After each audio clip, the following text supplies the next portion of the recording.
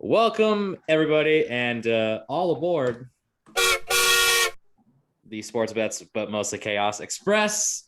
And just want to throw it out there. Yeah, there's that cringe I was looking for. I knew it was coming, and I'm very eccentric and happy that it did. Guys, we're back on our normal nights. We're here on Thursday. What the fuck was that?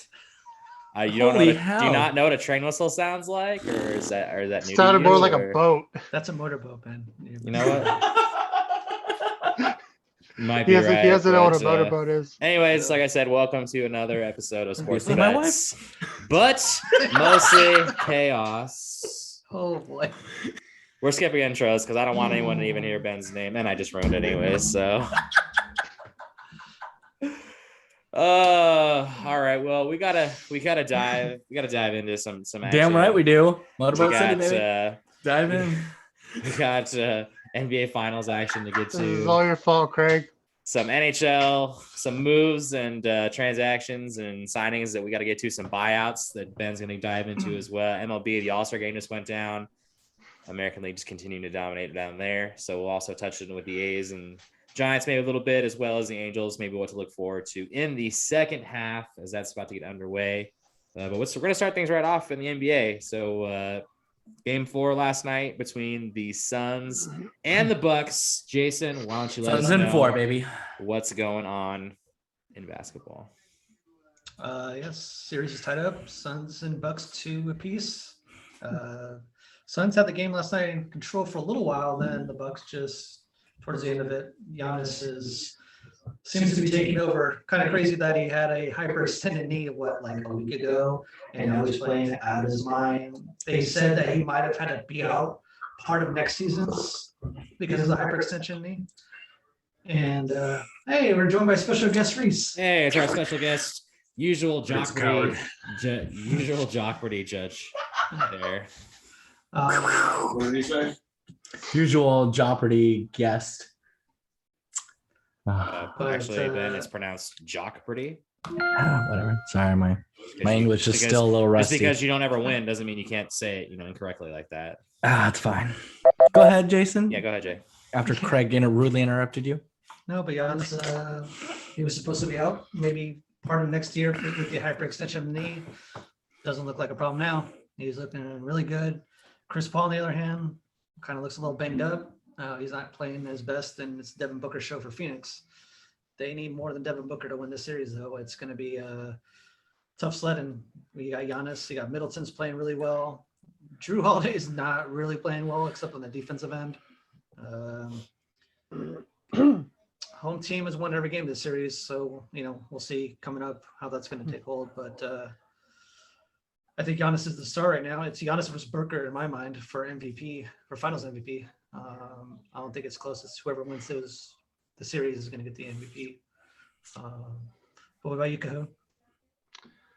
I actually disagree with how you say that it's the Giannis show. I think the biggest MVP between Game 3 and Game 4 is that the Milwaukee Bucks put Drew Holiday on Chris Paul, and Drew Holiday's defense on Chris Paul has changed this series. Chris Paul doesn't know what to do. He's been playing awful both games. Like you said, it's been a Devin Booker show. But one man, the Warriors have proven, one man can't win games in playoffs. And they need more out of Bridges. They need more out of Crowder. Like, they're out there to shoot threes, and they're bricking. Giannis might as well shoot a bit better three-pointer than Crowder and Bridges right now. But yeah, it's a 3-game series now, so we'll go back to Phoenix and see if the Suns make any adjustments. But yeah, Drew Holiday's defense on Chris Paul has been a drastic impact on Phoenix. We'll see if they make any adjustments. But yeah, I do respect what Giannis is doing, considering, yeah, like you said, a week or two ago, his knee went the exact wrong way that it's supposed to. And for him to be, up there blocking alley oops that look like clear dunks in the fourth quarter, you got to put respect on Giannis Pay for that that. man his money. Oh, they already did. They definitely did. Yeah. Did you see the foul on Devin Booker? That was a foul that wasn't called a foul last night. Oh, the Yeah, so you got the refs who were like, somebody had to go do for 40 it. I don't want to do it. I don't want. No, was it's it's a big name star in the NBA finals that the refs don't want to. They want to make it out of their hands. So you're not going to see that, unless it's a player like, Draymond or, someone like that who refs absolutely hate. They're not going to call that sixth foul in the NBA finals on a star. Well, that's pretty funny that you'll you never, said Draymond. You'll never see LeBron James get a sixth foul in an NBA finals Of game. course not. His pockets are deep. But exactly. It's funny that you said Draymond Green, because you said that one man can't win a game, but clearly one man can lose a game for a team. So just ask Draymond Green, because Oh my God! That's still too fresh. You need to stop. it's fine.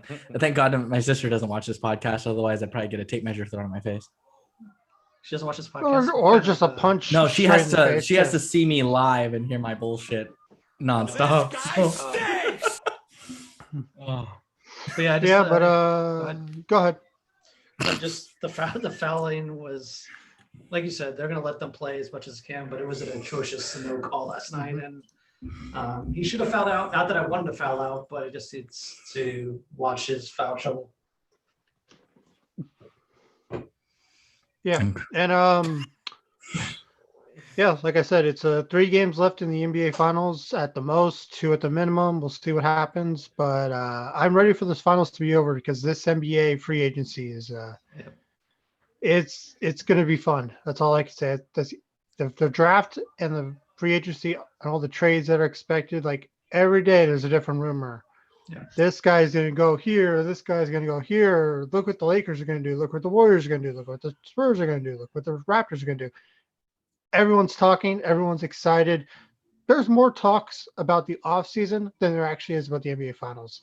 And I don't know if that's because it's 2 small markets in the NBA Finals or what. But yeah, I cannot wait until next week when we can start talking about the actual offseason. But in off the court news, Kawhi Leonard did go under the knife to get his ACL repaired. But it doesn't sound like it's a complete tear. It's a small, minor tear, so he should be back by the beginning of next season. Oh, that's nasty. God. All right. I think the high hope is he's back by the beginning. I don't know if he'll be back in time. That's rehab takes a long time. No, it's not a complete tear, so it's not going to take a whole year, and it's also like not an Achilles. Yeah, I could probably. I mean, you got the start of the season at the end of October, so we're what 3 months from now. Yeah, 3 months from around this date. I think it's October 19th or 22nd. So when the start of this next season is. So yeah, we got a lot of NBA news within the next 3 months. So I can't wait. The draft, free agency, it's gonna be packed. Nah. Yeah. All right. Well, it is interesting that you kind of brought up free agency because as we shift things over to the NHL, it was on our last show that we did crown a champion in the National Hockey League with Tampa Bay Lightning eliminating the Canadiens in 5 games. And there's been some stuff going on, some big names being bought out. There's been some little bit of signings here and there, but we're going to throw that over to one of our big hockey insiders. He's very much in the game all the time. That's why he doesn't sleep. It's Benny Soup. Take it away. What's going on in this first week of the kind of the off season for the NHL? Well, I mean, just going over a couple small trades that I'll just go over one one signing that happened. This happened earlier today. Anthony Duclair of the Florida Panthers signed a 3-year, $3 million per contract. So he'll be sticking around with Florida for a little bit longer, which I think will be a good fit. I think he fits pretty well there. There has been some buyouts as well, but before that, it was Kevin Miller. I believe it was yesterday.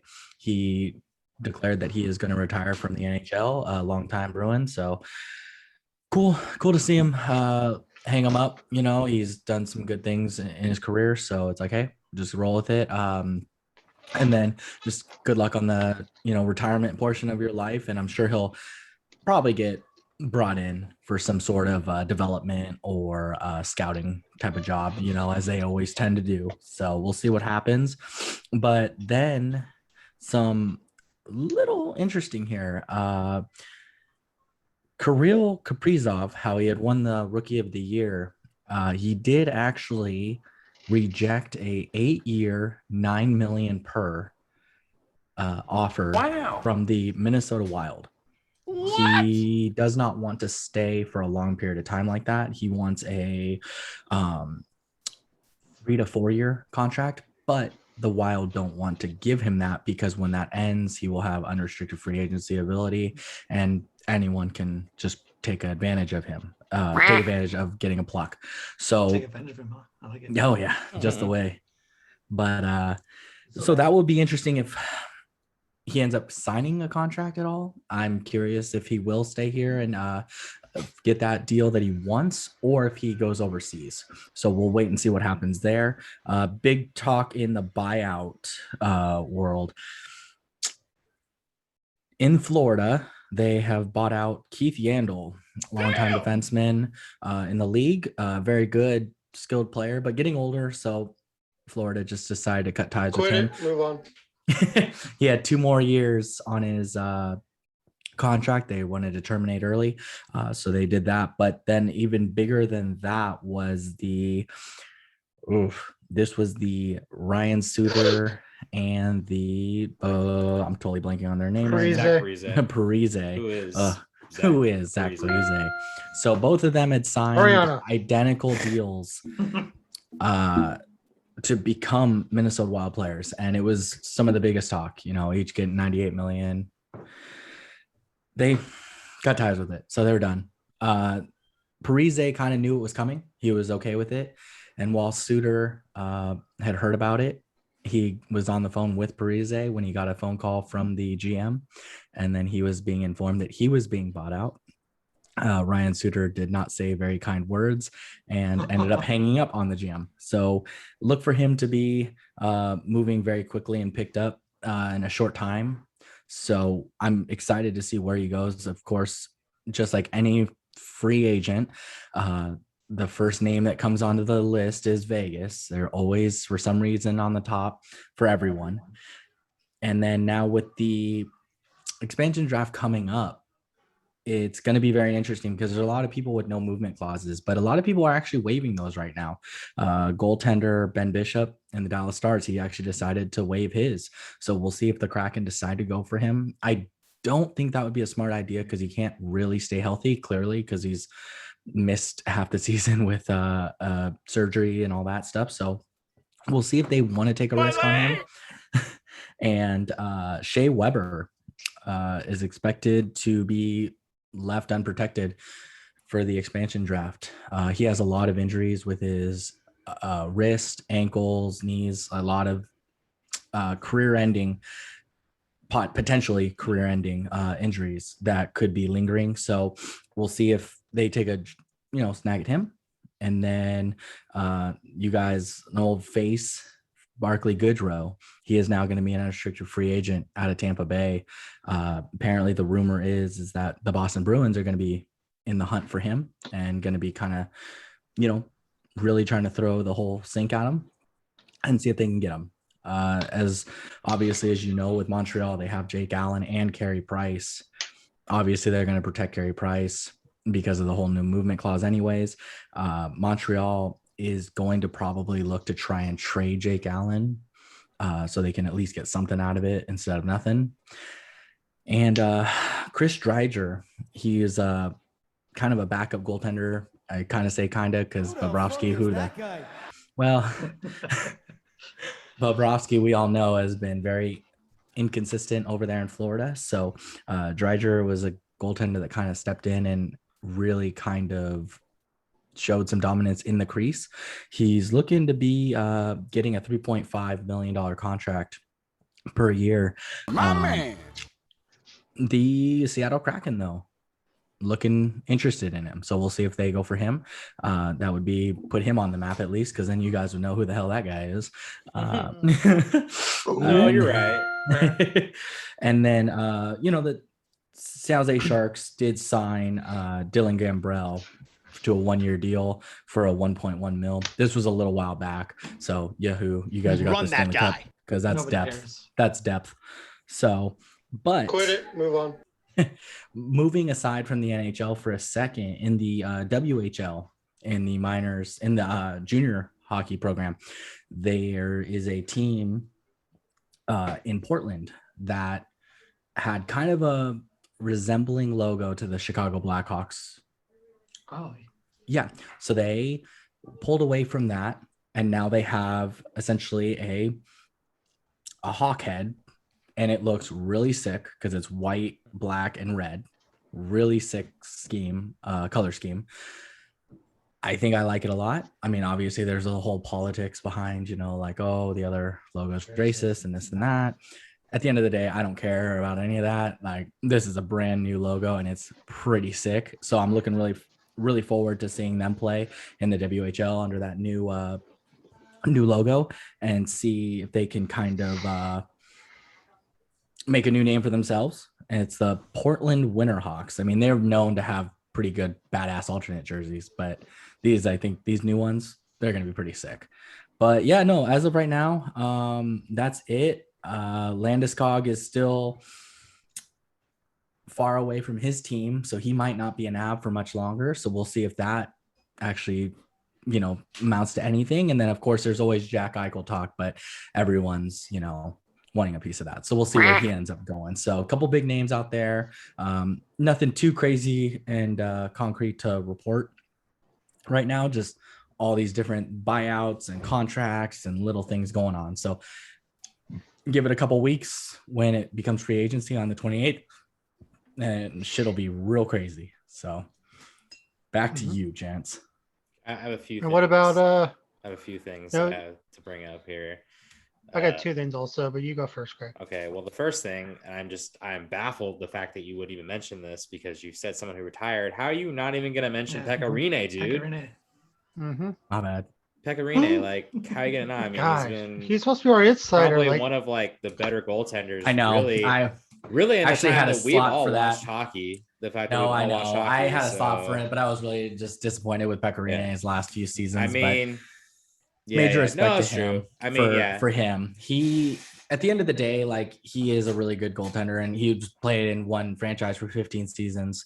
That was my bad on skipping that. I tried something different with the way that I had to lay out, and clearly it didn't work. So I'm going to go my old way. But no, Pekka Rinne played impeccable through his career. So, He's an idiot. but you know what? Like, one of my biggest moments that I remember about him was him smashing his stick in San Jose in Game 7. So I was gonna say that was my favorite memory. Pretty of Pekka shitty. Rinne. Shut your mouth, Reese. Anyways, then yeah, no. So good luck to him to retirement, but I am curious to see if he'll become. I'll say he's probably gonna stay in the NHL, right? I mean, I could imagine he would become some sort of goaltending consultant like Nabokov, right? Like, you would have to assume with all that history that he has and his talents. So I would be shocked if he doesn't become their goaltending development coach. So we'll wait and see what happens with his future now that he's done with the NHL as well. John, what else were you gonna bring up? I was just gonna also bring up the shirtless Kucherov that was drunk during the report during Oh my God. I don't want to talk. That was so funny. That was hilarious. I have also, no respect for that guy anymore because his one comment he made where he said that Montreal celebrated Game 4 like they had just won the Stanley Cup. Like, dude, get the fuck over yourself. You're a piece of shit. Like, fuck you. You are just the worst. No, it's fucking bullshit because he's thinking about himself as just like, oh well, look at we won, we won. Obviously, suck it. you came out but it's like, shirtless. dude, you guys do not see the point that Montreal and Canada, 15 months of no fans, they were happy to be there. 3,500 fans paid outrageous amount of money to just see their team play. They just cared about seeing their team play. And then I'm sorry that Tampa Bay is over there and it was so classless, with his comments, the way that they were being They're doing the boat parade The mayor. again, and just everything they were doing. I was like, you guys have no class at all in Tampa Bay.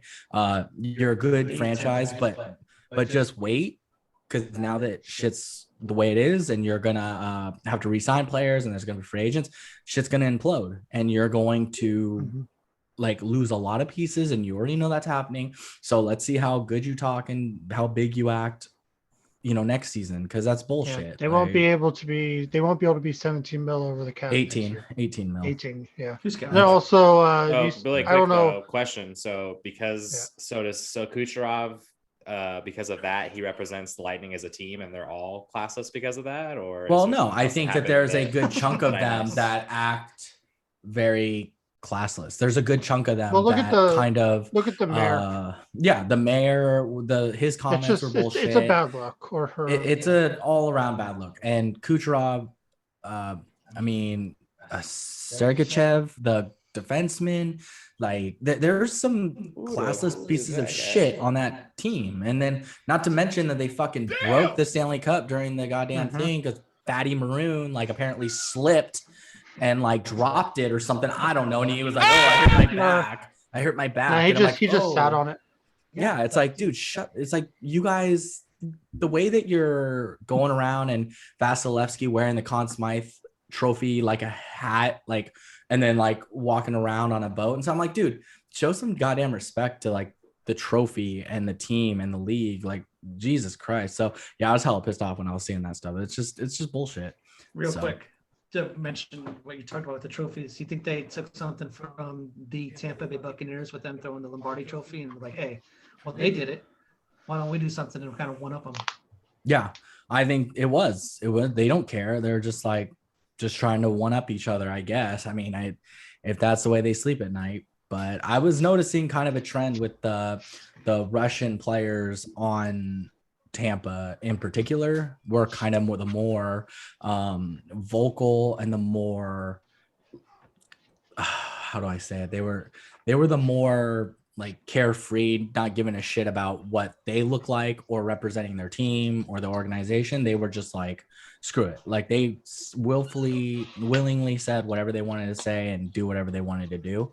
And I just thought that it was pretty classless, because again, hockey players are pretty well known for being pretty respectful people, and I felt like there was zero respect and class during any of their situations, and it was kind of bullshit. So yeah, I do think it's kind of funny though, just not really diving into it, but just as a general thing. But I think it's funny that people complain about athletes not being more honest in like what their interviews and everything that they do, and they're they kind of read off a script and it's the basic, but then as soon as one of these guys does it, it's this huge problem, like, oh no, they crossed the line, they're being doing this. So, and I'm not against like your opinion on what you're saying about like class or anything, but it is kind of funny that we want these athletes to be more like real and upfront. I mean, Kucherov was pretty real when he's probably had like 16 of those Bud Lights or whatever the hell they were. But yeah, well, him and Vasilevsky got sponsored, but by Bud Light, and I thought that it's fine to like freedom of speech and just kind of let loose, but don't sit there and attack the entire city of Montreal. And yeah, I mean, he didn't have to say that, but that's where I'm like, that's where it started, and then it was just one thing after another, one thing after the next, and I'm like, dude, you don't need to say that. Like, that's not necessary, because any team that you played where there's like a limit, the fans just want to be there to see their team. Like, they just want to see their team live, and you're sitting there ripping into them like they were acting like it was the Stanley Cup, like they won it. And it's like, dude, they're just excited to be there in the Stanley Cup. Like, Jesus Christ, like, give them something. But yeah, just classless, typical. So moving on before we get into another lawn segment here. all right, yeah, we can move on. So all right, let's shift things over to baseball. MLB action. We had the home run derby this past Monday, as well as the All-Star game on Tuesday night. And American League continues to dominate. I think it's their 8th straight victory. and Vlad Guerrero Jr. getting the MVP, hit a absolute moonshot off Still of hasn't landed. off Corbin Burns probably in the Mhm. second inning. So that was an absolute shot for sure. That was my second guess actually for the pick of who was going to get the MVP. I did think maybe Vlad, but I was like, let's go with Ohtani. Well, too bad that you lost that. And the only person that actually won that one was me, because I said that anyone who wasn't an Astro would get it, and therefore I won. So I'm a man. That's the wrong one, but we'll go with that one because In case you didn't know, there were no Astros at the All-Star game. That was the point of the joke. Are y'all I just know. now figuring this out? No, just like there were no games scheduled for today. Good to know. Hey, you know what? That's also hilarious to wrap that up, because let's just throw it out for the listeners to all hear this. So this morning, I had no idea that there was a Yankee Red Sox game on the schedule. I just figured everybody had it off and everyone started back up tomorrow. So I had this really funny idea to put on our Twitter account, which is over at SBBMC_pod. If you're not following, make sure to give us a follow there. Yeah, so I decided to post this funny thing about how all of us had bets today because, with no games really going on, I'm thinking there's nothing to bet on. So let's just put that we all bet there would be no games played. And I put like minus infinite on favorite. And minutes later, John informed me that the Yankees Red Sox were supposed to play. So yeah, that tweet got deleted very quickly. So pretty proud moment. I think that's the first tweet I've had to delete on our Twitter account, which is pretty good for knowing how long it's been around now. So not too bad. So, but yeah, that's just a quick little insight on that one. But yeah, I guess I'll ask you guys just what your opinion was of the home run derby, Pete Alonso winning it back-to-back derbies, and just the game in sense, like just how you guys felt. I mean, I guess you guys can comment too. I mean, that's okay. That's my big thing is, can we not do this whole BS thing where they're wearing these All-Star jerseys for the game now? They got to go back, save those for the derby, go back to them wearing their own uniforms for the game. That's always been a really cool look. So that's my opinion on that. So we can get in, to more in depth about. I did like the unis, how it just says the letters. No, I thought that was bad, cool. bro. Those are so bad. Those are ugly. He's trolling right now. Come on now. Yeah. But I'm just saying, I'm gonna make sure to shut them down when we're up on these airwaves. So, but yeah, let's start to you guys. Just maybe your opinion on the derby, anything on the game, anything on the uniforms, anything like that. I thought Ohtani matched up in that first round. I mean, you got to give it to him. That was a hell of a first round right there. 59 runs between the two guys. I was like, oh, okay. So I mean, I felt like if he was paired up against anyone else. Runs against the home version, maybe whatever. If maybe he got an easier opponent like Olsen or something, I feel like he probably would have easily walked on to that second round. But it's cool, whatever. He wouldn't have though. They finished with 22 after the first round. They both finished with 22. Olsen had 23. He would have lost the first round if he faced Olsen. Did you even watch it? No. Oh boy. No, I didn't have time. He just sat there and chose Ohtani to win everything, and like an idiot. I didn't actually have a chance to watch it because we were doing softball practice. He loses. It's like typical. So. I set the stage for you guys. We're talking about practice. Not a game. Calm down, Iverson. Calm down. If you guys followed our Twitter, on Monday before the home run derby, Craig did announce. Nobody cares. Everyone had their picks, and who had a Pete Alonso winning it? I did. Yeah, but yeah, Pete Alonso put on a show, and I had a feeling a righty was gonna win, so I had Alonso. That's why I took Alonso. Olsen's pitcher, the guy who pitched him, I don't know who Marcus. He was. He's there. God, that was so annoying. Like hitting coach, something like that. Yeah, like he threw the ball and then took like 5 steps back, throw the ball, 5 steps back. I'm like literally 30 seconds into his round, he had had 4 hits. Like it was so stupid, and for him to lose by 1, it was very frustrating to watch. Don't get me wrong though. But the A's hitting coach, I'm actually kind of happy that it played out the way it did, is because the thing is that Olsen was in the derby. He had a good first round. He just got beat by Trey Mancini, which great story for him. Just this whole season coming back. But so like I said, he gets himself out there. People see him on this more of a national stage. More people are getting to know who Matt Olson is, and he only had to play one round, so the risk of getting hurt possibly went down a significant lot. So yeah, it would have been cool to see Olson win it, but considering I don't think the A's can afford to lose a guy like Matt Olson down the stretch,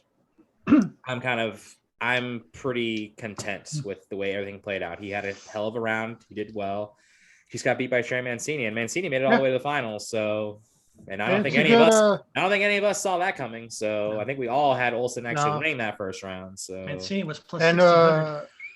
Yeah, and how that second round turned out, pretty much whoever won between Mancini and Olsen would have gone to the finals. From what it looks like, because that second round was a little bleh. But Alonso put on a show. He becomes the third person in home run derby history to win it twice. Debris? Yeah. Debris? He joins. He got Debris. He joins Ken Griffey Jr. and Yoenis Cespedes as the only people to win it twice. So that's pretty cool. So I read some stat. Is it true he gets $1 million every time he wins? Like whoever wins the home run derby, you get $1 million. So he's made 2 years in a row. So he got $2 million. I think they said getting 1.47 million on his contract. Yeah, I think he's actually made more money in the 2 derbies he's won than he has so far collecting money from the Mets. That's insane. That was insane.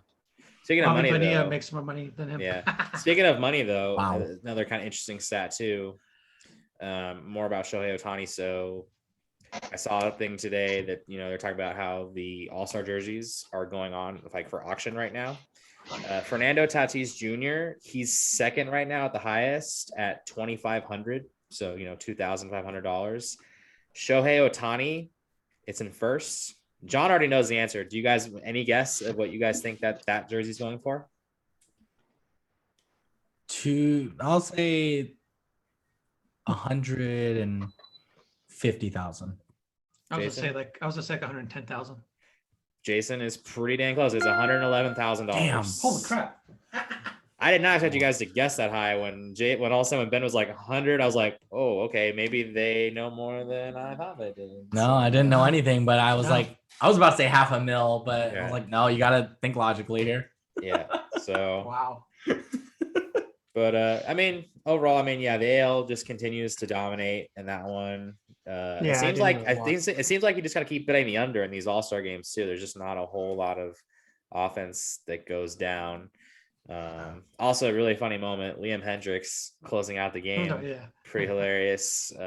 He has the earpiece in, doesn't work, but the microphone still does. So he's throwing like a crazy man, cussing up a storm, and definitely makes as A's fans miss him a lot too, for sure. Just that energy he brings, because you see him like post game interviews, and it's just like he's like this total like nice guy, and I've heard really great things about him. He was always like trying to help the media out with availability and whatnot. So, but yeah, when he's on the mound, he's an absolute madman. So when he's on the mound, he turns into Graham Balfour. Yeah. Right.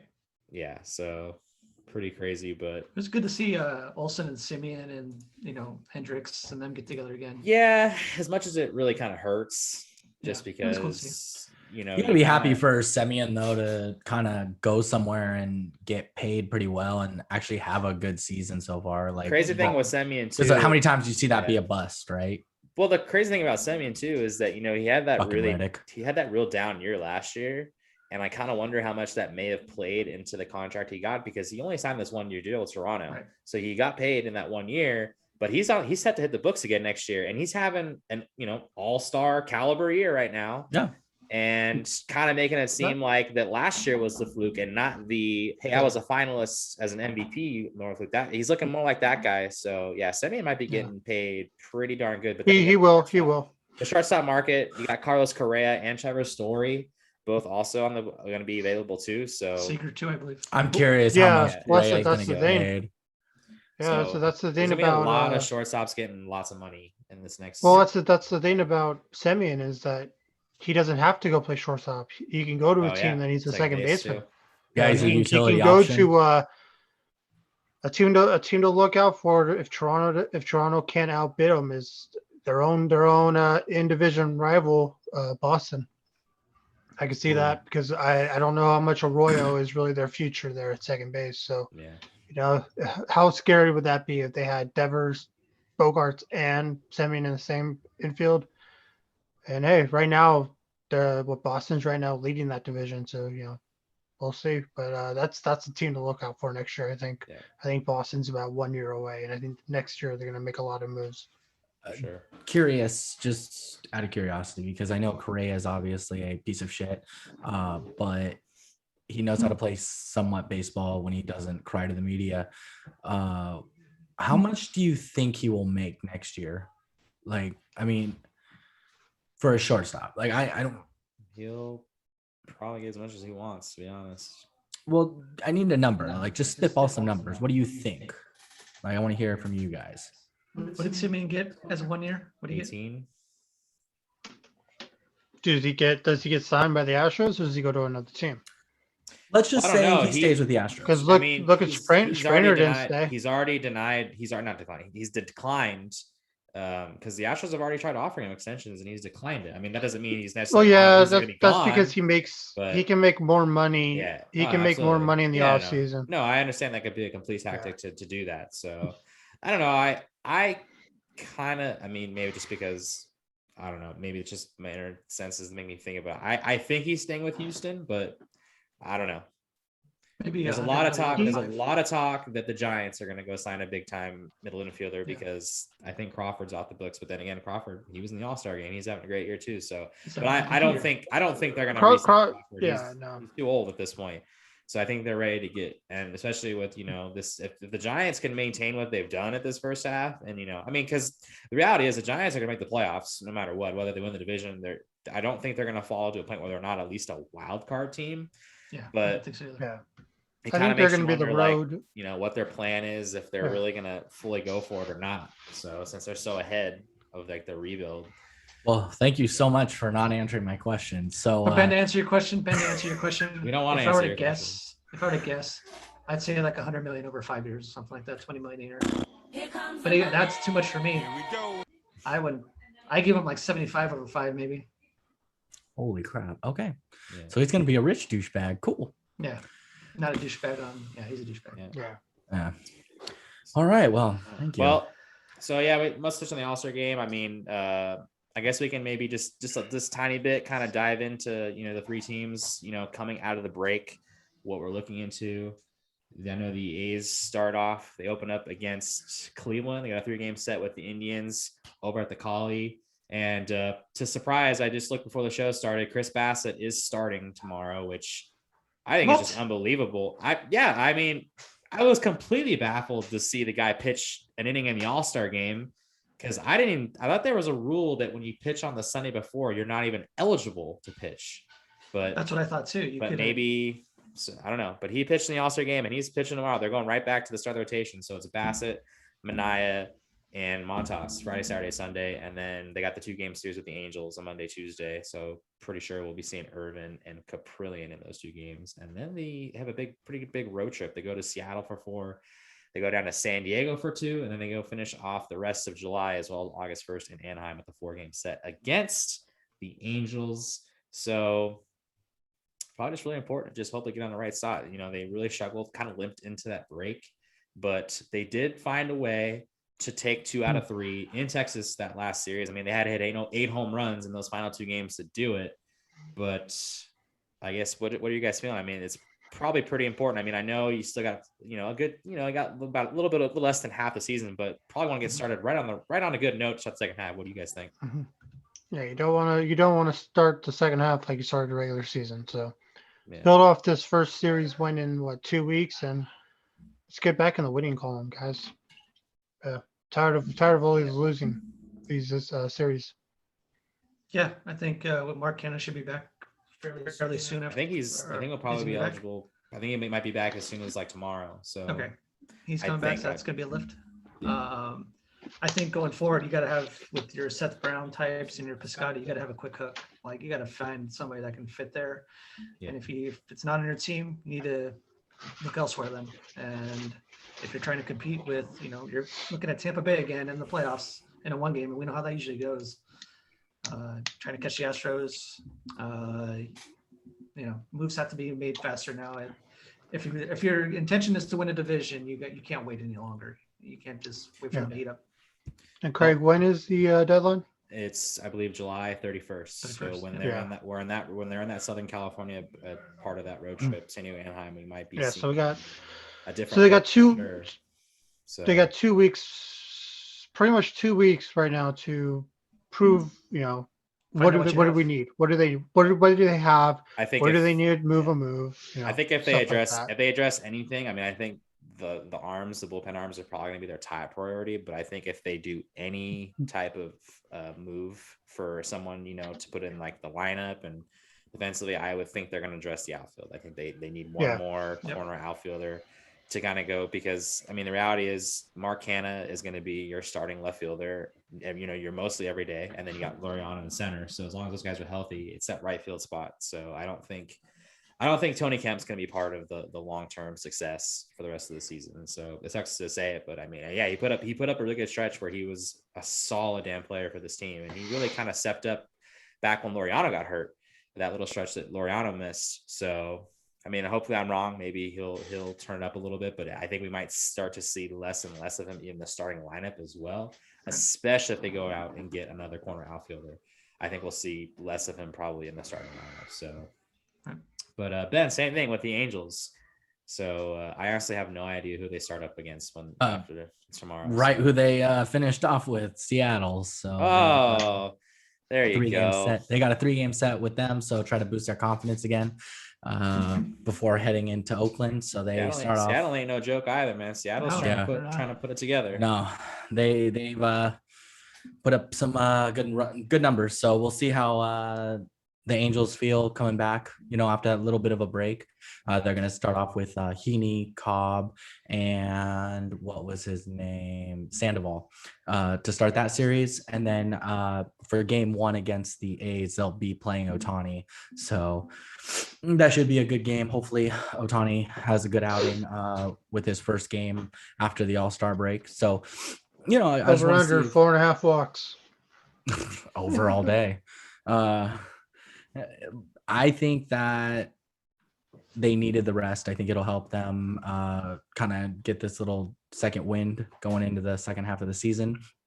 I just want to see, though, if their bats can stay consistent and, they don't leave runners on base. And then again, don't walk people, not too many walks. I want to see that better from the pitching and try to keep that number as low as possible, because it was pretty atrocious in the first half of the season. So moving to the second half, though, you got to just have a fresh start, and they're above 500. So, start off on a positive mindset going into it. So we'll see what they do, though. I'm looking forward to the 2-game set in Oakland, just see what they can do really quick. Cause again, the A's are a very good team. So it's always a good test for them. They always struggle. It's, they have one good game or so here and there in a series against the A's. So I want to see if they can, in a 2-game set, they can maybe try to sneak out 2, or at least keep them close, just try to keep them close and not let it get out of hand. So we'll see. Interesting thing too, because we always talk about how the Angels, their pitching is clearly their biggest issue. So the MLB draft just went down this week, and the Angels had 20 picks. Yeah, Ben, they took all pitchers. They drafted all pitchers. So I forgot how random baseball draft is, that it happens just in the middle of the randomness. And so I forget. And I happened to see that on Instagram that, their first pick that they grabbed was a pitcher. And I was like, well, that's good. That's a good starting step, And sure enough, you tell me they picked all pitchers. And I'm like, well, then really, that's a good step. I mean, obviously, you're not going to see any of these guys, pitch. Pitch for them, next year. When kids in high school, I saw. So I was like, yeah, these guys aren't going to be anytime soon. So it's going to be probably many years of still continued failure. And for all we know, those 20 pitchers, maybe only 3 of them actually make it to the show. So we'll see, what they even have to offer. So it's at least good, though. They didn't waste anything. They're like, hey, we're putting everything we need to into pitching. We know what our problem is. Let's see if we can really just internally fix this, or if we have to really make some more trades and stuff like that. Because again, you guys said what, like 2 weeks or next week is the trade deadline? 31st. So 2 weeks. Yeah, it's like, are they going to make any moves? Because at the beginning of one of our first podcasts, I was like, they need to get better pitching. It's not enough. And then sure enough, fortune teller, shocker, walk, blown saves, blown leads. So it's like, yeah, we need to change something up. Speaking of first podcast, I told Craig this last week. One of our first podcasts, I was like, oh yeah, Jacob deGrom's got good MVP odds. He was at plus 6,900. And then Ohtani was at plus 2,600, I think of what it was. If you parlayed those two right now, which you can make an argument they are probably in MVP discussions on both leagues. They're right now. I think they're both the favorites at the moment. Favorites, right? A $10 bet would have returned you $17,500. Gross. Hey, Craig, can you Venmo me $10? No. If you would have, That's if you done it again. It's Oh, now you ain't gonna get And then you got the A's over here who have some kind of obsession with drafting guys named Max Muncy. Yeah. Oh, they've been picked up another Max That was Muncy? funny. Yeah, he has the same With birthday. their first pick. Same birthday too. Wow. Like, you know, What are the 10, odds? 11, 12 years apart, whatever it is. So, Yeah. but Oh, also, That was really funny. but yeah, then also before we move on, talk just a little bit on the Giants too, what they're coming out in the break. So, I mean, they're kind of going to get a little bit of a tough stretch and kind of maybe get a really good feel to see if, you know, that team we saw in the first half is here to stay, because they open up with 3 in St. Louis this weekend, a team that just took 2 out of 3 from them back at Oracle Park. And then they got 4 down in LA against the Dodgers. So another rough series for them. And they'll return home after that. They got a 3-game set with the Pirates. So that's a series that, you know, you probably expect them to win 2, if not sweep that series. Yeah. And then they get the Dodgers for 3 at home right after that. And then as that trade deadline weekend comes in, the 30th, 31st, and the 1st, the Houston Astros are in San Francisco to take on the Giants as well. So, Wow. yeah, the Giants have a pretty tough schedule right off the bat. And That's a tough maybe- welcome back after the yeah. All-Star break right there. And the Dodgers, they're kind of, you know, they're behind the Giants by a couple games right now in the West. So, yeah, I mean, we could get a really good sense of what the Giants might be wanting to do as well at the deadline, you know, depending how these games play out. So it's a tough schedule for them, but I mean, they've been playing so damn well all year, you know. Yeah, no. We'll see how And it hopefully the goes. club will just, you know, if they are doing really well, that the club sees the GM being aggressive and making moves, then they got to make that decision. If they're going to jumpstart the quote unquote rebuild and go for it this year, or are they just going to hold off and I'll keep their big prospects? Because I don't think they're trading any of their top 4 or 5 prospects. I wouldn't. Not from the sounds of it. I think it'd be a little bit too risky right now, considering that you're in this position where you kind of were still in a rebuild, and now you're kind of shocked, you know, Shock the shockingly system. shocked. Yeah, like you've been kind of the shock team and you've been the best team. So I don't know if you really want to risk it if, you know, these guys kind of digress a little bit, you know. Well, that's what Risk it that's with what stuff. Jason was saying a couple of pods back, was these guys kind of jumped the gun with being good. They weren't supposed to be good for another year or 2, you know, after they get signed and all this stuff. So it's kind of in the players' favor right now because they're playing so well, and then they're going to want big money for their great year. But we'll see if teams want to take the bait or they say, hey, anyone can have a good year. So we'll wait and see what happens to those guys, how many actually part ways from the Giants. Yeah, but at the end of the day, the Giants are playing. At the end of the day, the Giants are playing with house money because no one has they had these kind of No. expectations. They're for them, literally the so- Montreal Canadiens in the playoffs, like kind of thing. Like, just they weren't expected to do this. They're doing great. They're rolling with it. By the way, are the Diamondbacks still on a crazy losing streak? Did that end? No, they It won a few ended. games. What was the total? I think they lost overall, or they're 23 not, straight. because the streak was mostly how many games they lost consecutive on the road. That was their big streak. They How lost many was 20 that? It was like 24, somewhere around there. Yeah. Okay. All right. That's Yeah. respectable. That's respectable. All right. Well, let's move things on. It's the return of the Cohooney. Not 1, not 2, Oh, for Christ's sake. 5. The Cohooney 5. with the bowling recap. So, John, I know it was a real big pay-per-view last week. Gosh. I already know it didn't go too well for you. It didn't help that McGregor. Yeah, you know what? I'll just throw it to you. We'll just good. go right to you. So unless you want to start with the bowling recap, I know you like to do that. I'll say that you're going Cooney 5 first, and you throw bowling at me. So you just tell me what you want to do. Well, yeah, I'm sticking with bowling recap first. I kind of been doing that. I just don't think you've really been paying too much attention to If it's you that, talking, so- I'm probably not paying a whole lot of attention. Yeah. So Bang bang. Yeah. So my bowling recap, we're back in the winning column after I think it was like 5 straight weeks where we didn't win more Are you points than we sure? lost. Double check the sheet just to make sure. We did this week that we roasted. weren't playing a four-man team. We were playing a 3-man team, so there's no way the handicap would get screwed around or everything like that. All right. But I had a really good week. I bowled 185, 207, and 201. So first time all year I bowled over my average all 3 games, so that was really good. But my 7-pin shooting was god awful. I went 0 for 6 to the point where my second game I shot 207. Right, I had 8 out of a possible 14 strike.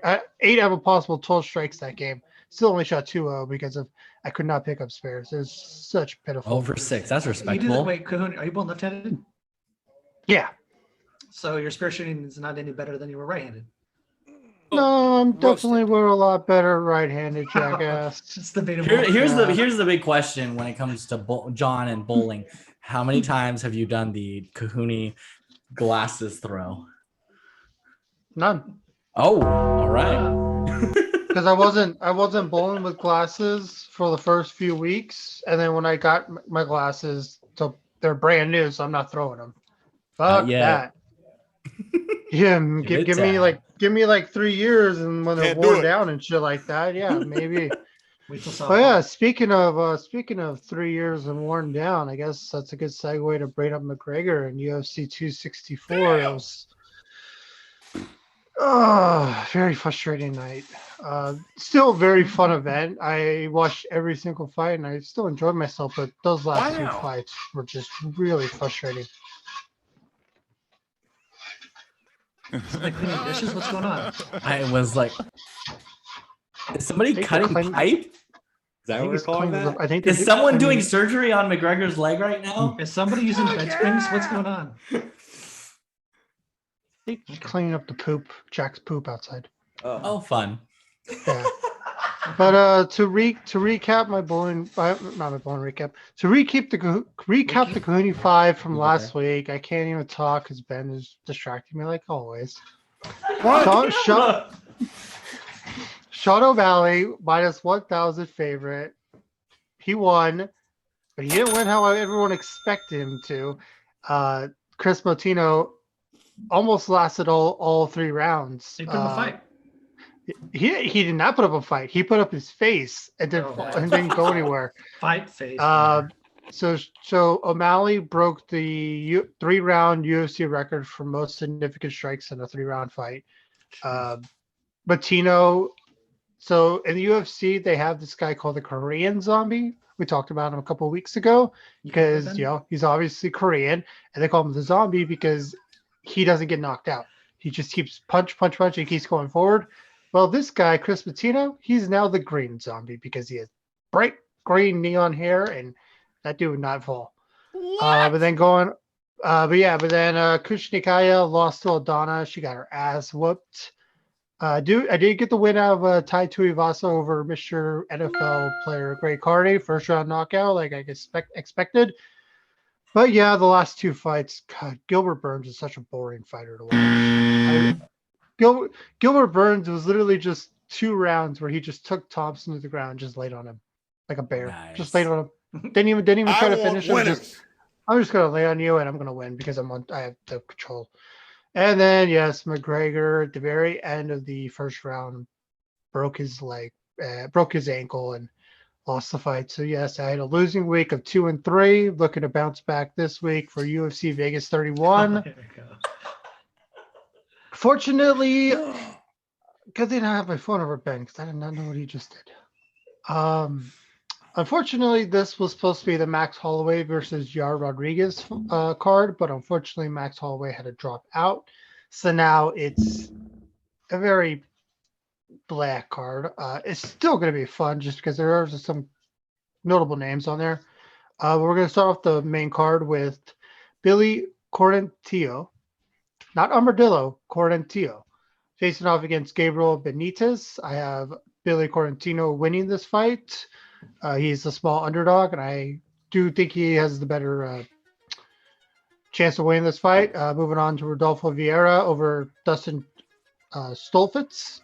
I got Rodolfo Vieira winning there over. And then the next one, I'm going to need Craig's help here. Okay, Craig, can you bring up the Conor McGregor intro thing? Hold on. Yeah, we're good. All right, go ahead and play it. Who the fuck is that guy? That guy is Jeremy Stevens. Who the fuck is that guy? Yeah. We talked about him. We talked about him a couple of weeks ago, but unfortunately that fight got canceled, which is one of the reasons why I have a 2.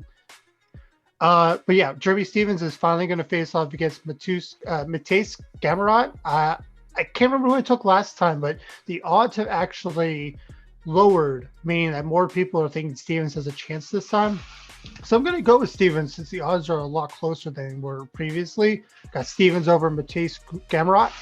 And then this is a name that many UFC fans know, but probably you guys don't know, Misha Tate. She's fought for the title a couple times, was never won. Facing off against Marianne Renault. I got Tate winning this one. Tate. Yeah, I got Tate winning this one. And then for the main event, this is not, in my opinion, a main event, but they had to have somebody with the Holloway dropout. It's Islam Makhachev facing off against Thiago Moses. This is not even close.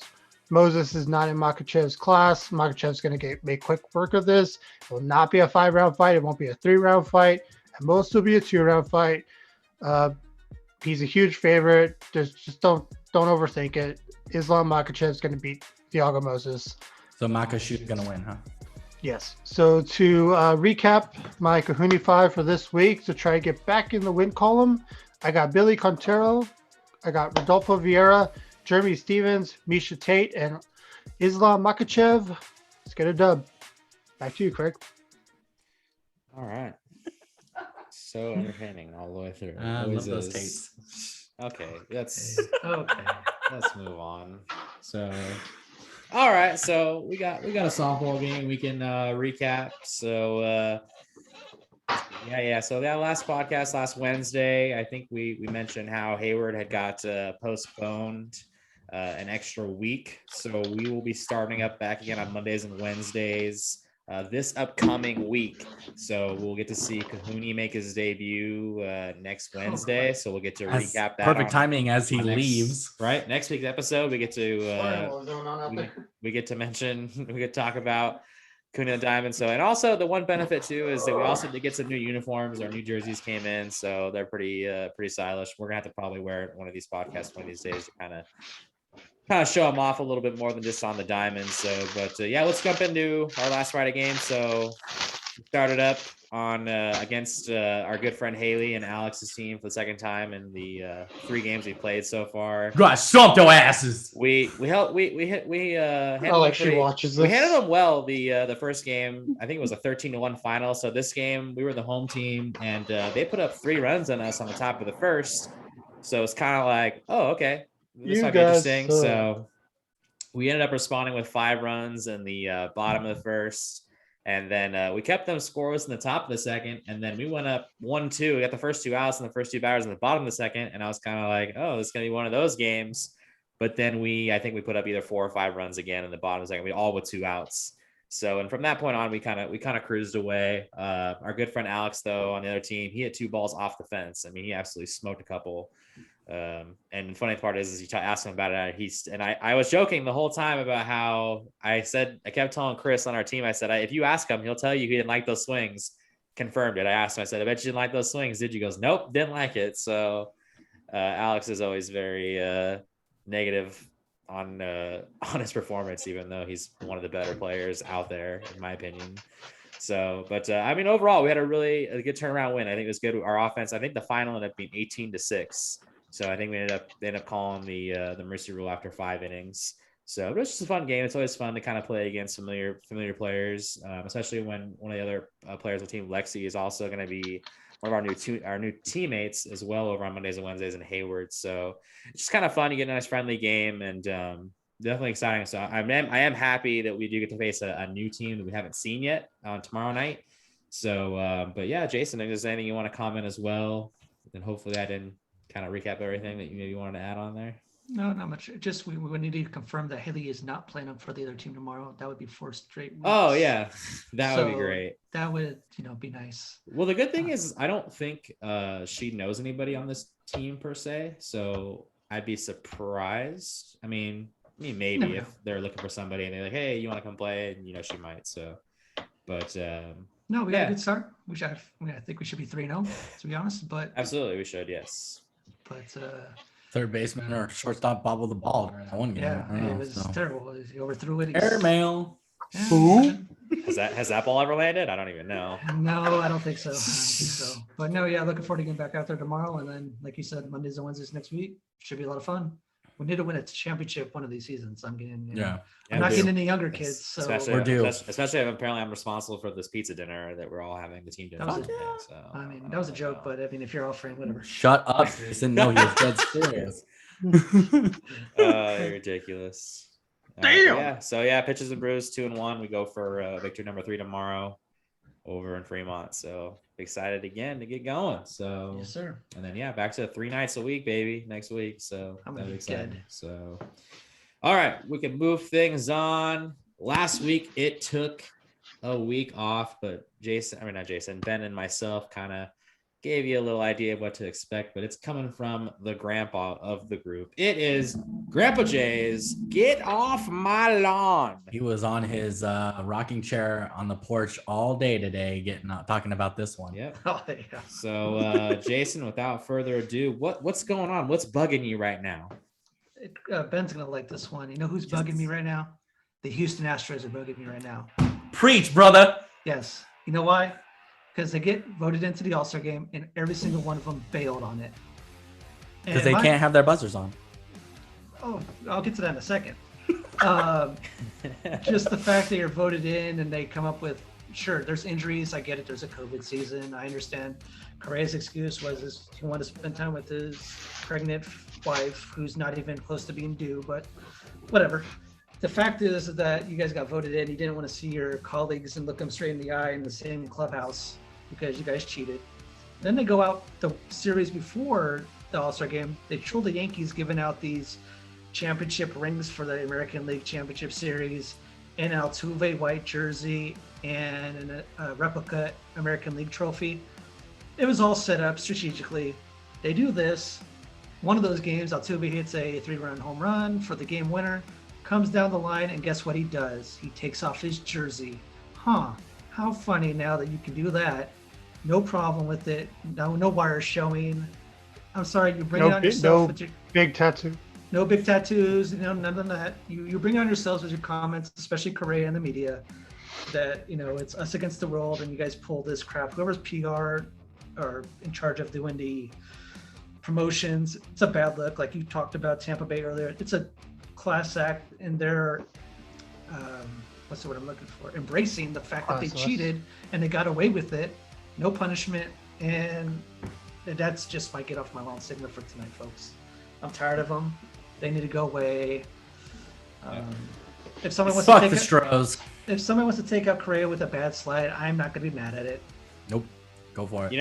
I want to say 2 things I just want to throw into this. So one thing, kind of funny moment too, is that in the Saturday game when the Yankees won 1-0, the 1 run came on an Aaron Judge home run. And as Judge was coming into third base, he did one of these. Kind of a troll back.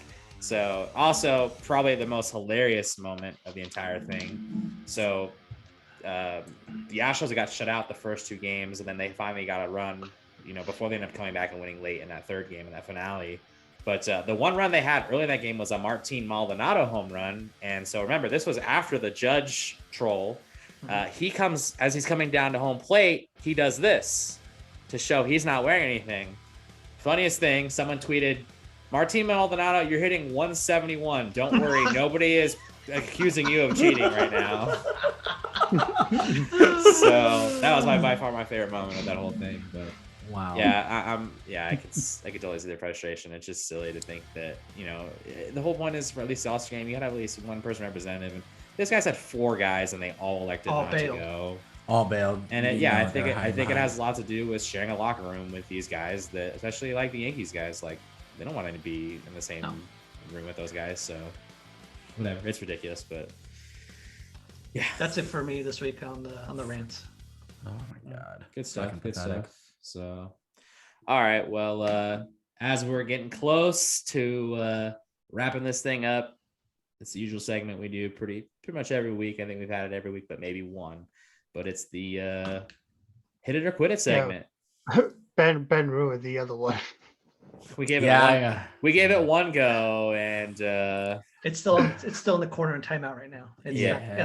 So, but yeah, so we are officially. It's the hit it or quit it segment. You know how this thing works. If you watch any of our shows before, there's a topic, and we just all go around taking turns on just saying whether we're hitting it or we're quitting it. Sometimes we've had weeks where we've just been agreeing on everything, and we've had some that we've been apart on. So we'll see how this one plays out. So I think all of us might have at least one today. So boys, whichever one wants to start off.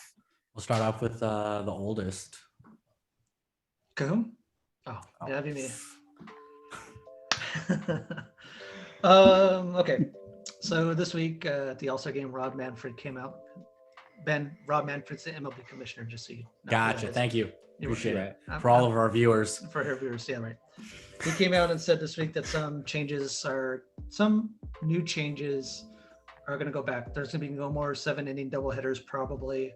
There's going to be no more runners on second base and extra innings, probably. Not official, but it's going to look that way.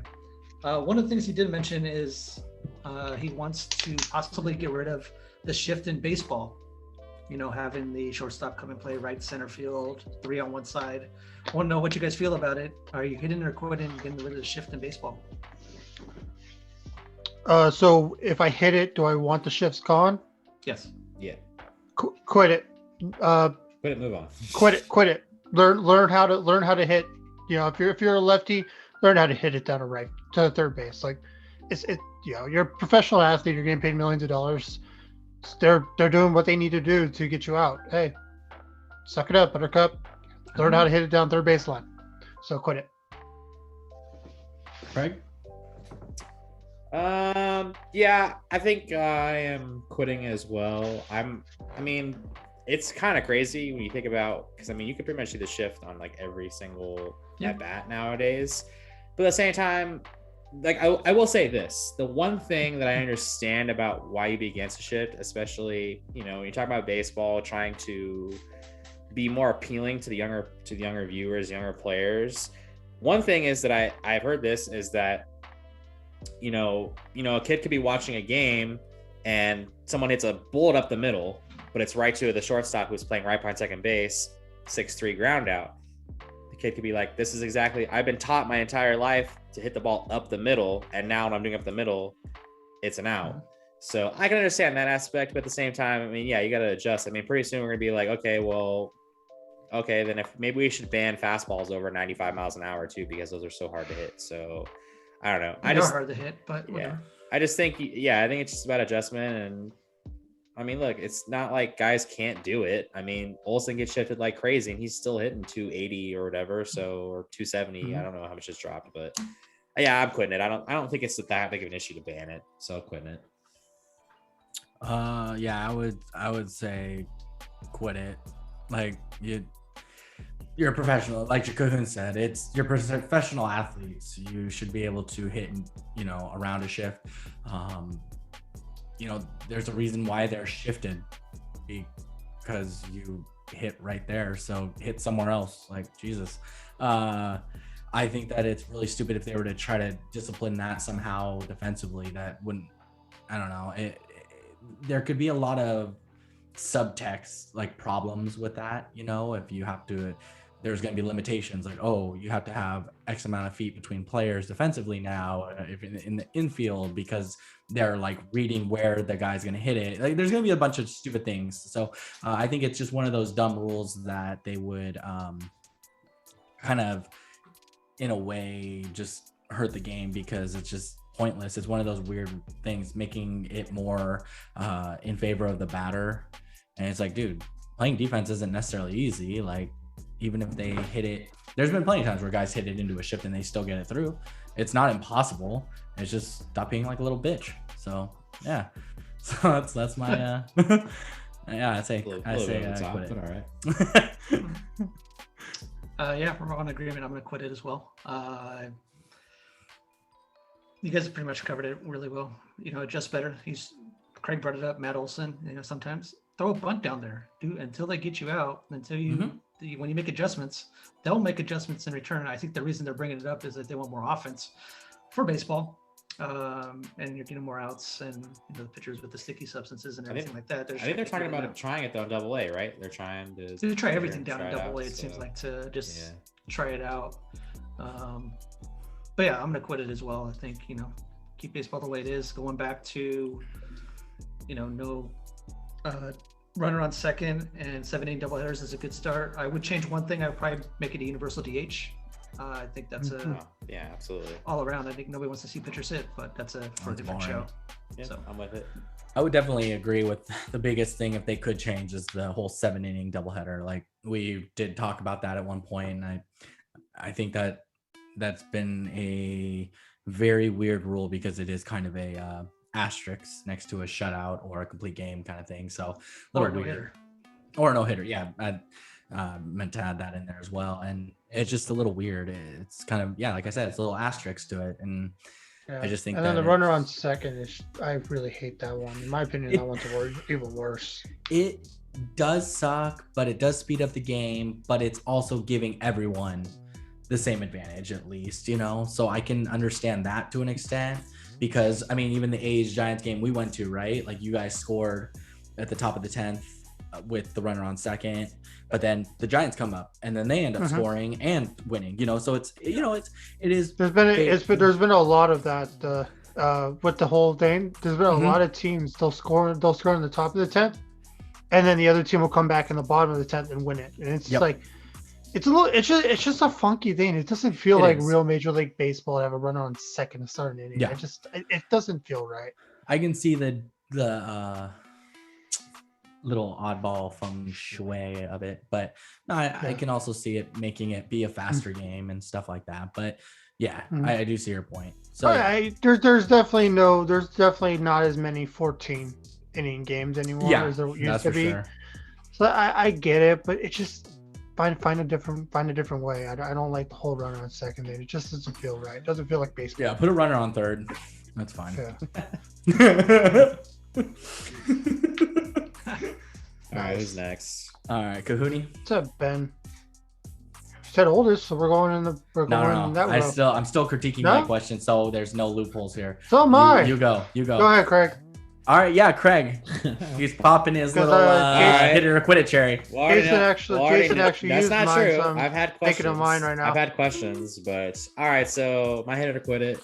It's a good one. I'm sure I'm gonna lose, but basically before the show started, doing our little pre-show, we were talking about hit it or quit it, making sure we had questions, and I didn't really have one at the beginning. And then I was told that I don't ever participate in hit it or quit it, and I never have one. But the problem is we always have plenty. It's never like we're like sitting here without one. So I don't know why it's such a big deal that I don't bring my own question. So hit it or quit it. I need to have more questions more often. What a little bitch. This is good content. Just fucking accept it and roll with it. So hit it if you need to. Hit it if you guys think I need to be bringing more to the table for questions. Hit it, move on. Hit it, move on. Hit it, don't be a little bitch. Ben, you say that a little too much. Like when you're definitely the biggest one out of all four of us, and yet you're always throwing that out there. Oh, here we go. So roasted. We can move on. Oh no, you have to answer your own question. I'm gonna quit it. I don't think I need to necessarily because it's not like the show is desperately in need of it. So Yeah, it is. Why do we need it? So Yeah, it is. hey, move on to your question. Let's go. Yeah, Cohooney, move on to your question. All right. All right. Any So freaking day. the rumor is Jason that took mine. So what I'm doing is I'm trying to figure out a new one right now. Liger? You know, Is it unlike like a you who Liger? never even wants to try. Is that like a Liger or is okay. So I don't with, think so, Jim. The expansion draft happening, and then players, obviously, a lot of players are going to be on the move prior to the expansion draft, and teams want to get draft picks and get something for certain players that they can't protect. One of the big names that looks like he's going to be on the move is Marc-Andre Fleury for the Vegas Knights again. He is possibly projected to go to Chicago to play goaltender for them. Hit it or quit it that the Vegas Knights do trade him before the draft, expansion draft, and he plays for the Blackhawks next season. I'm going. We make it so I'm gonna specific, hit. it's easy. I'm gonna hit it and quit it. You can't do No, that. no, You It's can't. not- No, it's no, not no. both. He asked No, two no. separate questions, in my No, opinion. it was a loaded question with one question. So answer his one question Specifically. Yeah, let him sit in his sorrow of making a mistake of asking such a specific okay. question. So let's all just hurry up and get this one done with because we already know what we're all probably gonna say to this one now. Yeah, quit it. Move on. He messed up. Yep, Jason, anything? Yeah, I'm gonna quit it as well. He may be traded. He may be traded before the draft, but he may not be traded to Chicago. Yeah. So Damn it. quit it. Move on, Ben.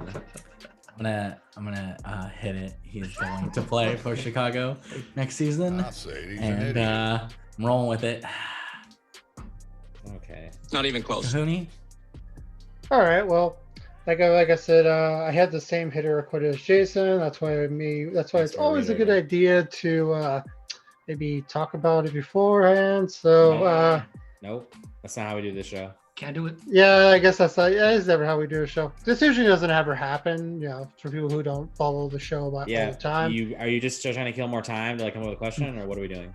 I mean, I have another question. Oh, if you don't okay. I have a question.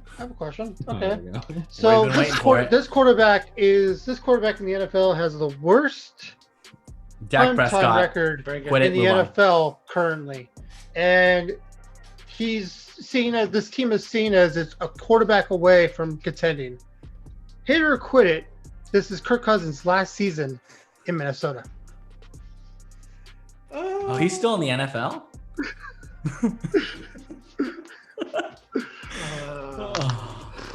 Are you all gonna go or what? I mean, I think we should let Yeah, we should you let go.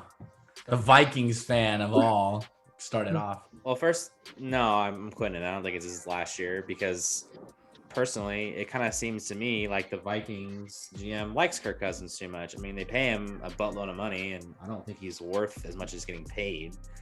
But it seems to me like they like him, and I think or maybe he already got an extension, didn't he, John? Recently, like last year or something like that, possibly, or I don't know. There's been talks. I can't answer if he got an extension. I just know he's under. Yeah. I know he's under contract for a couple more years. That Did he doesn't sign mean a they can't 3-year move up. deal, all guaranteed. Not all. Yeah, Was it all it was a guaranteed? lot. It was all but- guaranteed. But I mean, just from watching them last year, it was their defense that totally regressed from the year before. So no, I mean, to sit here and think that they're a quarterback away from being tenured, no, they have other issues defensively that need to be addressed to be a thing. If their defense tunes up and then Kirk Cousins has a bad year, then yeah, maybe we can talk. But as of right now, no.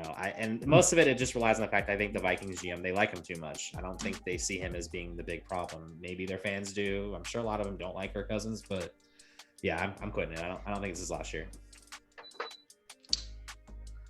I'll quit it as well. I think he may have like another year or two in Minnesota. Like Craig said, their defense wasn't very good.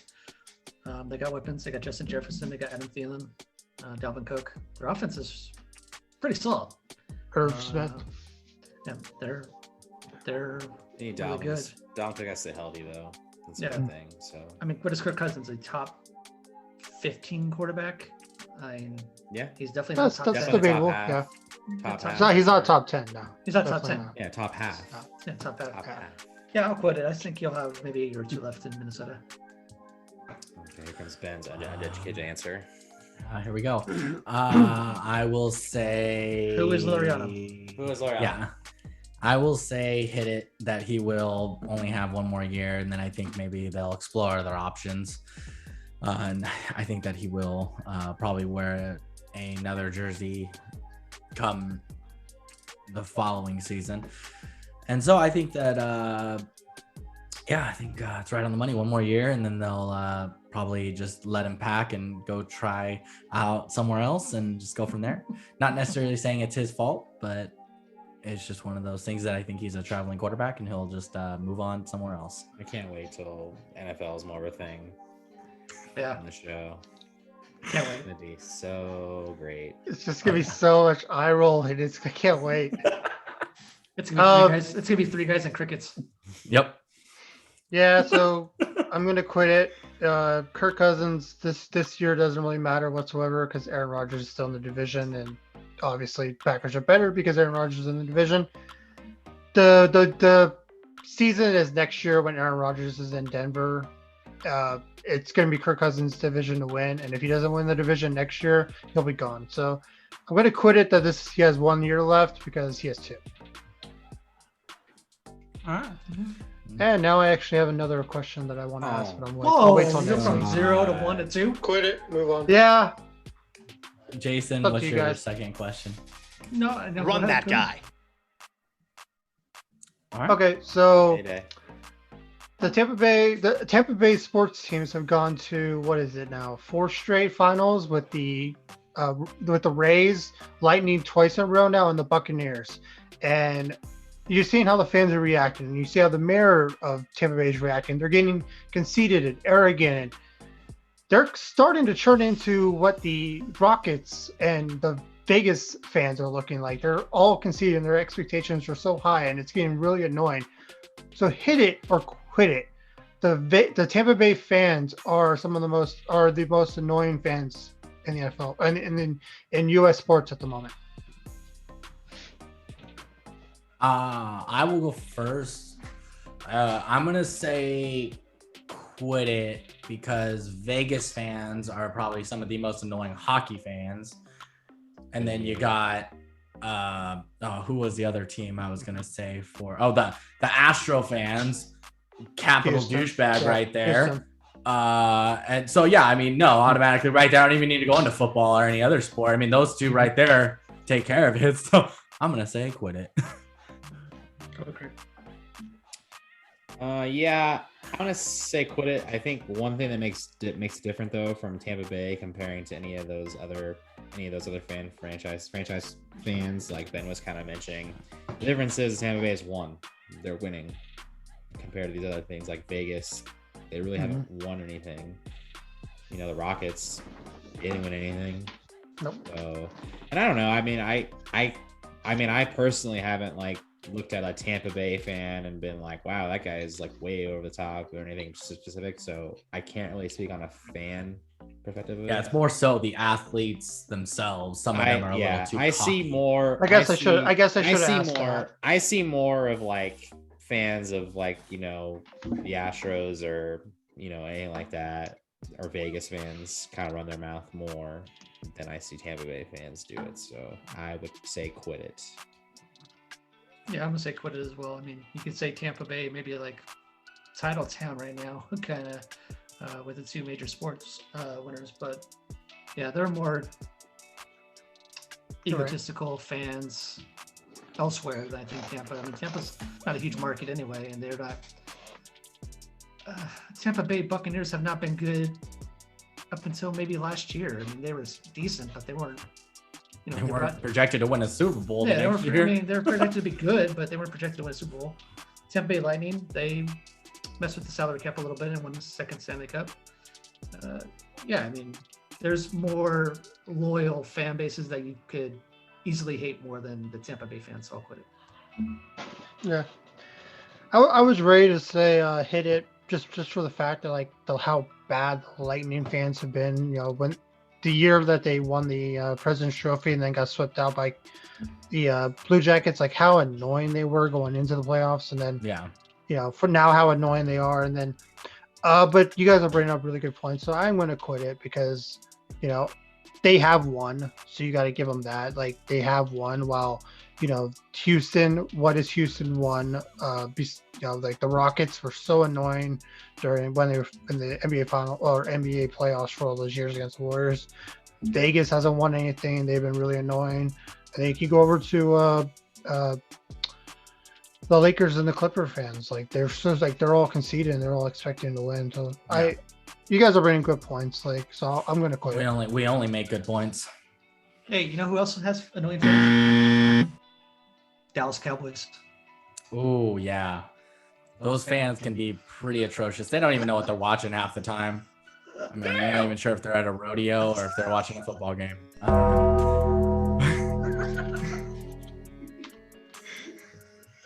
All right. I can't wait for football season. You think that's the wrap of this segment, or what? Yeah, I think so. I think we're done with I think we're done with it. So that was good though. Good times. So all right. Well, before we say our goodbyes, death leaders. we like to wrap I'm up. glad that the phone's on my portion, so he can't give me the death. We like to wrap up the show with some shout outs, and these kind of go all over the place. So if you've watched any of our shows before, you know that they go to people, they go to businesses, they go all over the place. So boys, any shout outs you got this week? No, I don't have any actual like personal shout outs, but I'm just gonna, I'm a huge movie. I'm not as much of a movie fan as Craig is, but I am a big Marvel comic book fan nerd. So I'm gonna shout out the MCU. They've been around for 20, no, not 20 years. They've been around for 2012. God, hey Ben, I suck at math just like you. 9 years, buddy. Someone help me out. 21 divided by 21 divided by. Why are we doing division? We're doing division. We're gonna be here all night. I got 62. I got 62 years. I got 69. I got 69. Okay, guys, help me out. 21 minus 12. 9. Is that what it is? 9 years. 9 years. God damn it. Well, if you count 2008, it's. Let's not. Just for the sake of your brain, let's not make this more complicated. So it started in 2008. So it's 13 years. 13 years. Okay, it's been around for 13 years. And they just had Black Widow come out. They just finished Loki's TV series, and I've enjoyed everything that they've done in 2021 so far. They still got 3 more movies coming out at the end of this year. So I just want to shout out Marvel. I'm enjoying everything, even this long into Star Wars can't do this, but MCU can. Jason? I got nothing. Craig shouts out White Claw. Let me do my nerd stuff. That's fine. Hey, All right, Craig, you got one? There's no hate on White Claw, but Ain't no law, right? ain't no laws, baby. No laws when you're drinking claws, baby. It's always a This great guy drop. better not bust. Always got to drop. This guy better not great bust. drop. So, yeah, just a couple of shout outs. One kind of more, just someone we know, another birthday that we had on the softball team. Alicia, she turned 30 on Saturday. So I know she celebrated pretty good. I know she was feeling it the next day as well. But so she's kind of been she joined our team in the spring, and now she's on both Monday and Wednesday. So she's been a nice addition on our squad for sure. And then also just on a kind of more of a less personal note, do want to shout out 5 women. So if you guys know this, but next week the Orioles and the Rays are going to have the first ever MLB history all-female broadcast team. So this is going to consist of Melanie Newman, Alana Rizzo, Sarah Langs, Heidi Watney, and Lauren Gardner. So just really cool to see that kind of finally go down. And I'm hoping that we'll get to a point where that's kind of more of a normal thing to see that more often. So, but yeah, shout out those women to being a part of that. It's a pretty cool thing. So I think the NBA, I know the Warriors had like an all-female one for, was it the radio call with like Kate Scott and all them that were. Or was it a live radio TV broadcast? I believe it was all 3. Sharks Yeah. did it also, didn't they? Or did the Sharks only have a color Only commentary? Sharks did. No, I think they only had the color commentary. Yeah. Yeah. But I think when the NBA did it, I think it was all 3 for Yeah. them. So, but yeah, just overall pretty cool to see that kind of happen. And yeah, I'm just hoping that, that'll become more of a normal thing down the road as well. So cool thing. Hey, speaking of shout outs, Jason, are you still in the doghouse? Oh man, I'm gonna bring that one up. Oh. Yeah, Jason, you sure you don't want to like do like a late shout out for anything in particular, or or anything? Yeah, Christy, happy belated 1.5 late birthday. You guys are jerks. Oh, we did it. Hopefully she'll be mad at us. We get to see her tomorrow since she gets the sub. He's first. hiding. So Yeah, am I out of the doghouse now? Actually, no. I really mean it. Happy birthday. yeah. Better late than Yeah. never, I always say. But Well, I still agree with it. Yeah, happy belated birthday, Christy. Hopefully you enjoyed your, another year, and go Taco Bell. Anyways, no, but I feel like Jason's in deep trouble. I'll get you. Oh It'll yeah, look he's like fucked. a bloody accident. He's fucked. This is probably going to be his last podcast where he's going to drive been over here fun. because he's going to have to have the handicap bus drop. He's him got off house now. arrest. Yeah, he's going to be like I'm gonna have the bracelet wheelchairing on my for I'll sure. have the bracelet on my ankle. It's been fun, boys. But I want to Okay, Sherman. shout out a friend Jeez. or one of my mom's friends out in Reno, Sparks, who watches our podcast, and Steve. She said that he really likes watching our stuff. So, just another fan. So that's cool. Gotta appreciate the thousands of viewers we get. So Billions, dude. Billions. but, Oh, okay. That does remind me. One other really quick shout out too. I do want to shout out to Cut Ben one of off like our that? Wow. work buddies, Jimmy, because I know he pays attention to our podcast. I really appreciate it. I was really excited to know that he's been tuning in. And also another great note, Ben, is that he shares a similar feeling to the three of us, John, Jason, and myself, that we don't really know what you're even providing to this program. So maybe you guys That's step fair. your shit up. Because fair. I think Jimmy kind of loses interest the more he hears you talk. So just want to make sure. Shout out Jimmy. Finally got to see him the first time in a couple of years. So it was really cool to see Jimmy, him. I don't know you, but I like you. Right on. Wait, is this my landlord's son, Jimmy? No, Jimmy. Jimmy from work, dude. Jimmy Jimmy from work. Donahue. I was like, who the fuck? Oh, I didn't want to was give his full name on the thing in case he didn't want it That's out fine. there. Oh, No. way to go. Dude, follow now- that ginger. Now Find our that ginger. stalker's gonna go find him. No, that's fine. Find that ginger. Follow along. It's all good. Maybe he'll get a pot of gold or something. Get some Lucky Charms. So it's all good. Well, shout out to Jimmy too. I mean, that's awesome. Like, we're just trying to get more people to subscribe and follow along and whatnot. So it's all good. But yeah, no, just definitely enjoying this. So let's keep it rolling, boys. I'm actually we're out of time, Ben. I think you used up all your words for today's show. So Fucked hard. thankfully you'll recharge and you'll have some words again for next week's show. So all right, that about wraps it up for another edition over here of Sports Bets, but mostly chaos.